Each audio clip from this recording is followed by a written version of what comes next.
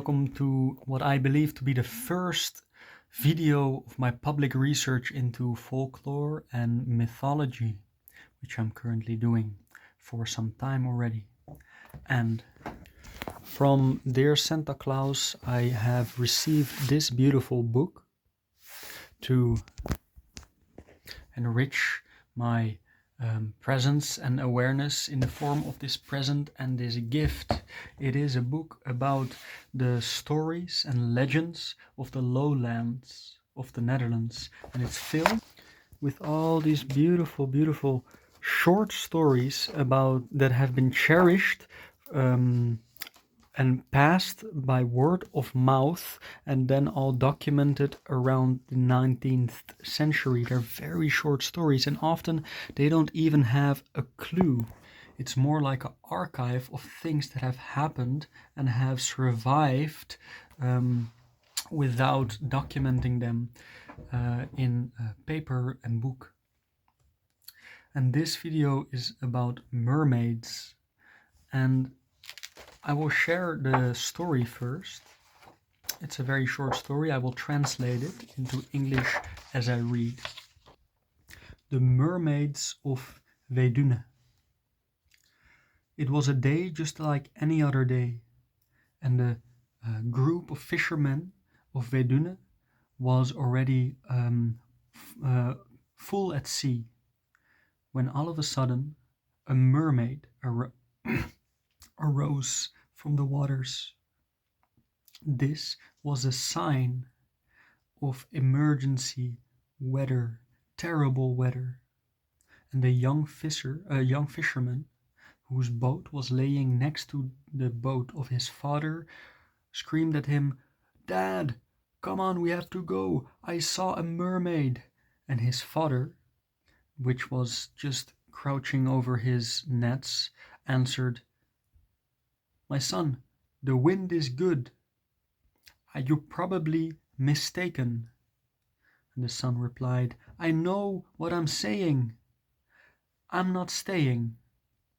And the young boy reached the coast safely, but all the other boats, 23 in total, were lost. This same year, Weduwne, the place, was sunken down by a spring flood.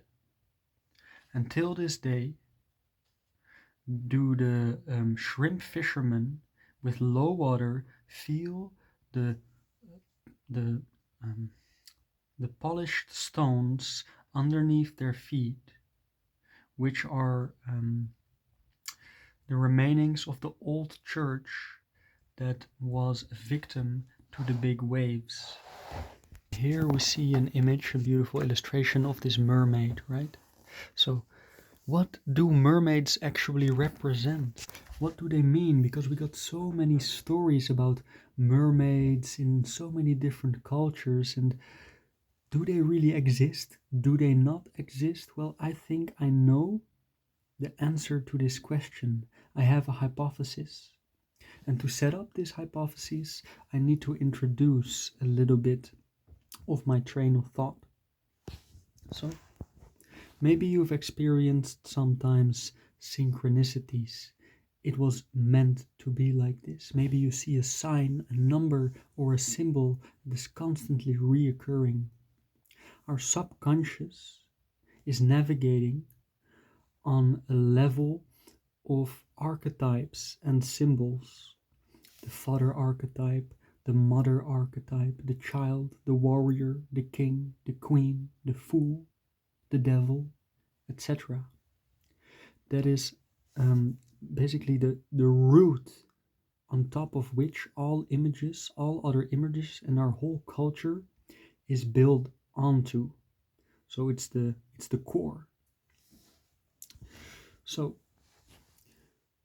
I never done psychedelics in my life, but a friend of mine who goes under the name Joe Speedboat, who is a very intelligent and intellectual man, however you might pronounce that word, has done psychedelics quite some time in his life, and he explained to me what I might expect whenever I would take psychedelics. And we're talking about natural psychedelics, like mushrooms or some type of herbs.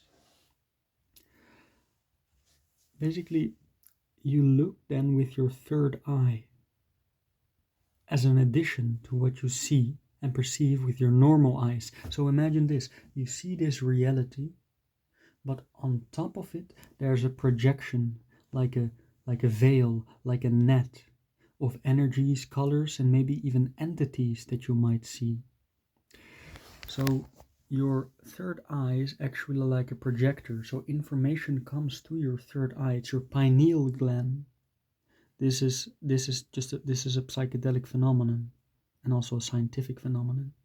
It's your pineal gland that receives this information, and then it projects it onto your brain over the layer that you're seeing normally.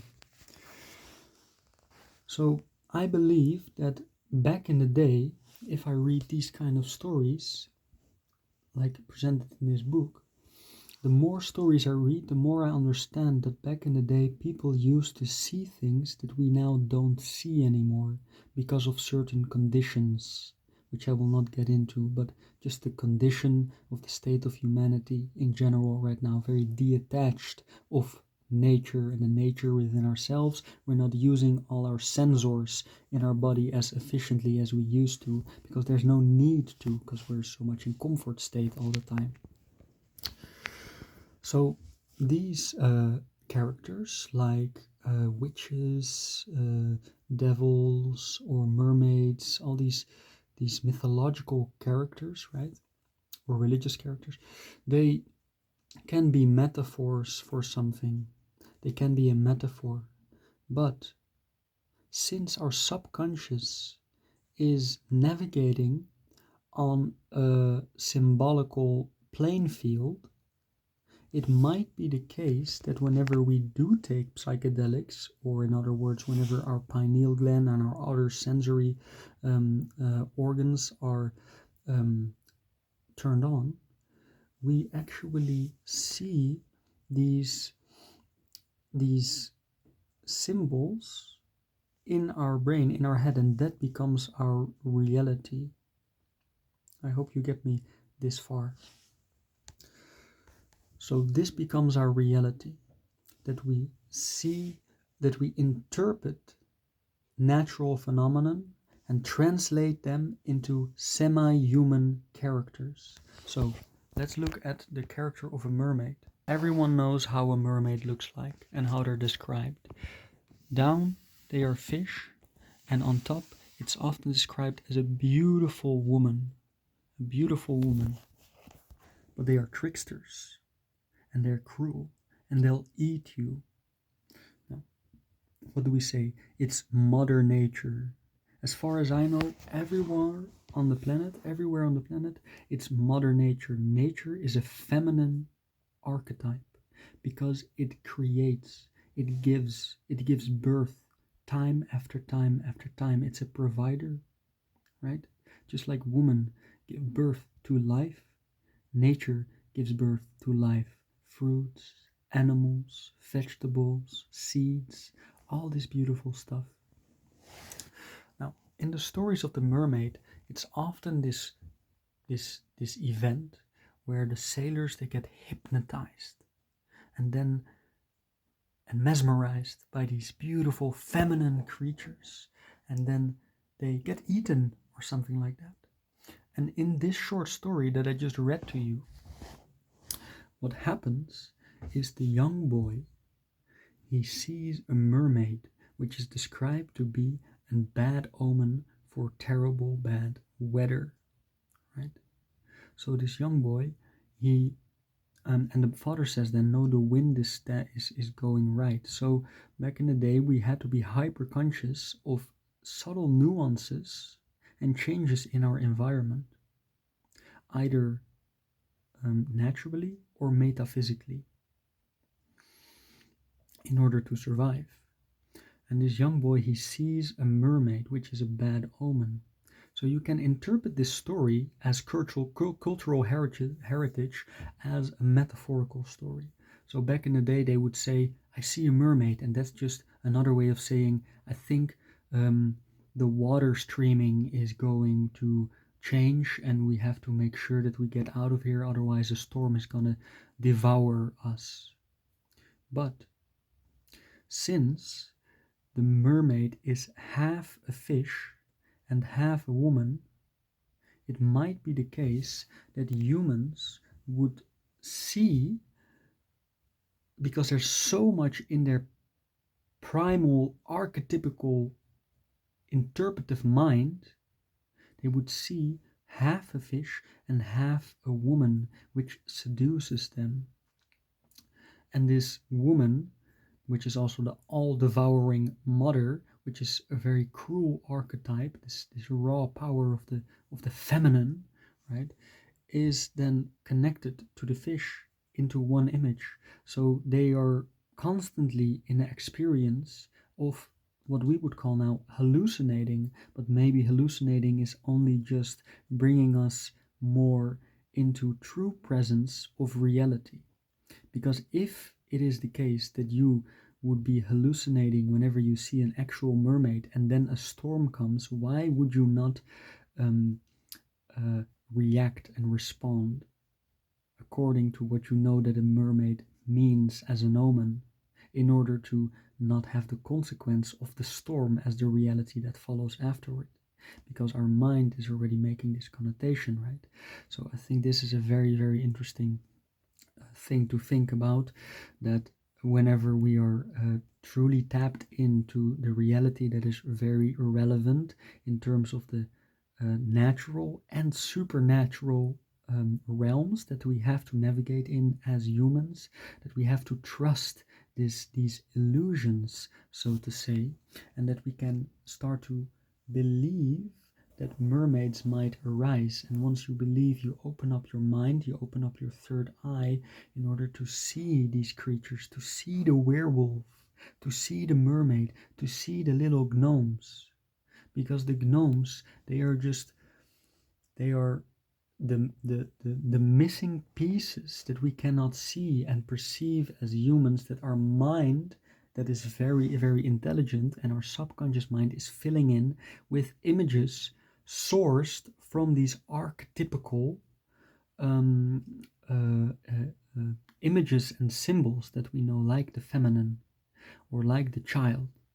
I can imagine that little gnomes would also be children, and then children, they are maybe oftentimes out of your sight, and they do things that you don't see, and then the gnomes did it, right?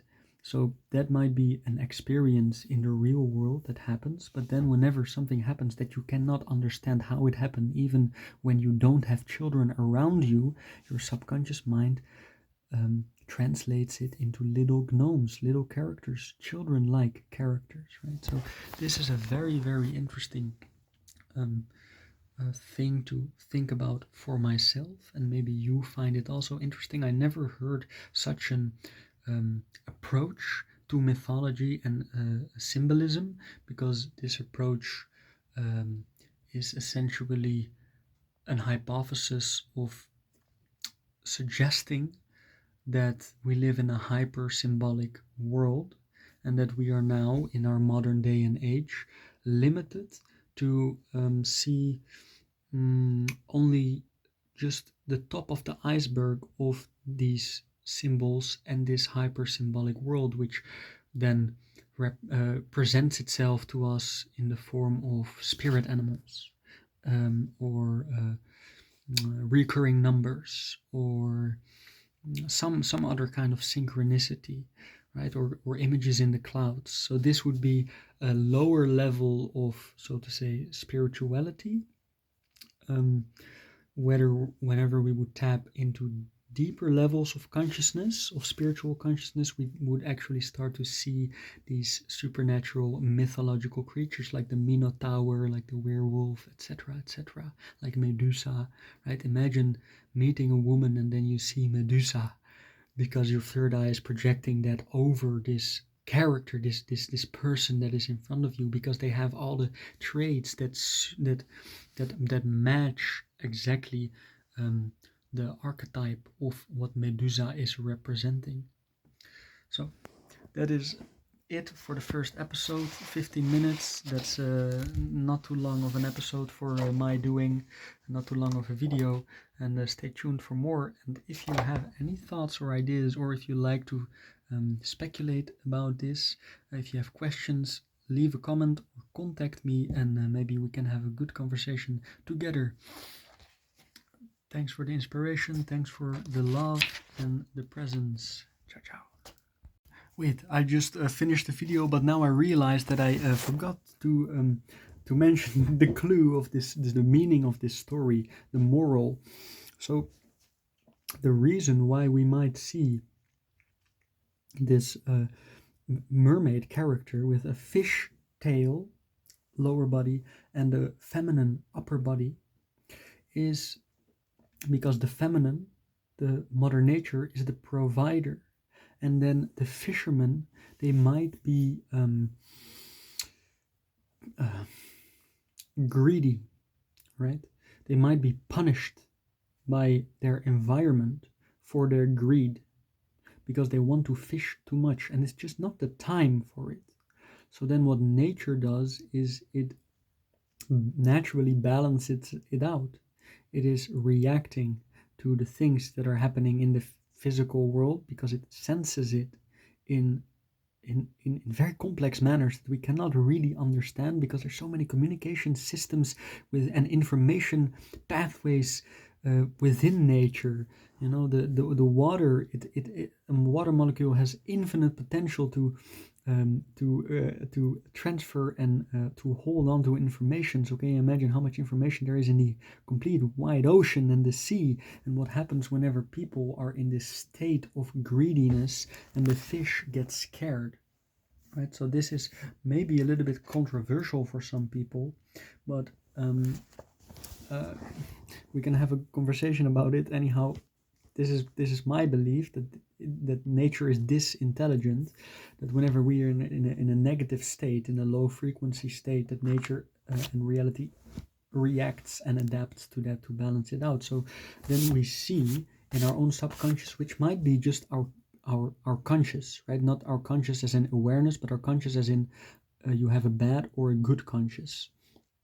So it might be the bad conscious of one of the fishermen that is looking into the water, and they know that they're acting from this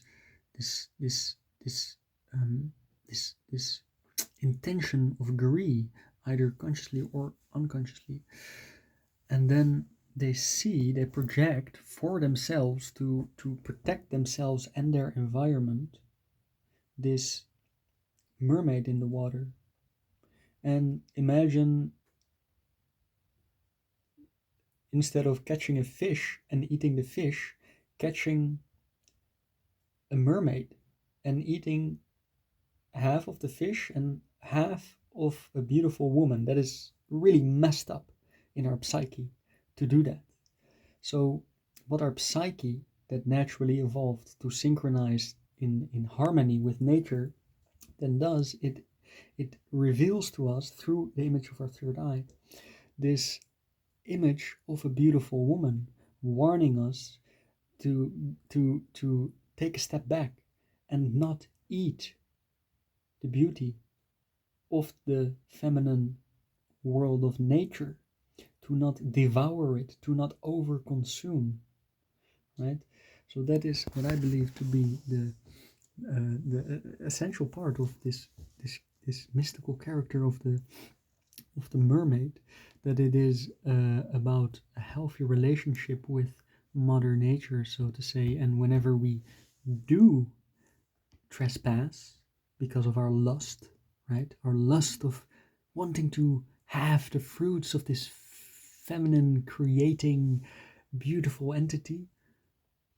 And then in our mind it's translated as a sexual desire because we're mesmerized by the beauty of this woman that is seducing us. Well, then we get eaten and devoured by the all-devouring feminine archetype. Like the mermaids that eat, the sailors and the fishermen that cannot set any boundaries, so to say. So that's for the addition.